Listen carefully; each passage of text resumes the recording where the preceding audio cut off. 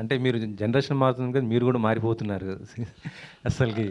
అంటే it's not about that. అడగడు.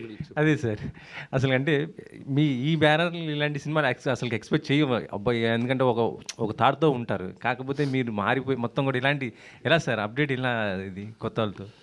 అంటే ఇప్పుడు వీఆర్ ఇన్ ద, నాకేంటంటే personally I'm in the business of films.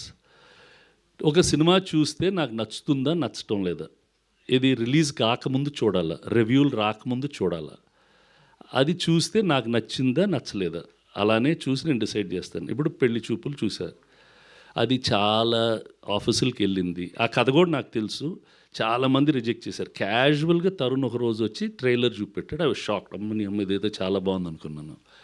చూసి తర్వాత సినిమా చూసి తీసుకున్నాం. కేర్ ఆఫ్ కంచరపాలెం ఇదే థియేటర్లో మా వెంకట సిద్ధారెడ్డి సార్ ఓ సినిమా బాగుంది సార్ వెళ్ళి చూడండి సార్ అంటే చూశాను, బాగుండింది. Like that these people they made a very different film, బాగుంది చూశాను. ఇప్పుడు we wish it runs as well as it has to run, that's all.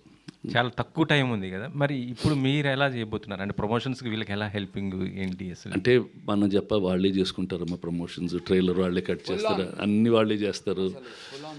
C times are changing. See, the window of cinema is reducing. Different platforms have come. They have made a good film. The director Varun also has done. They've done a very different kind of product. Wacky style of filmmaking, which is not seen regularly. Dintlo untundi.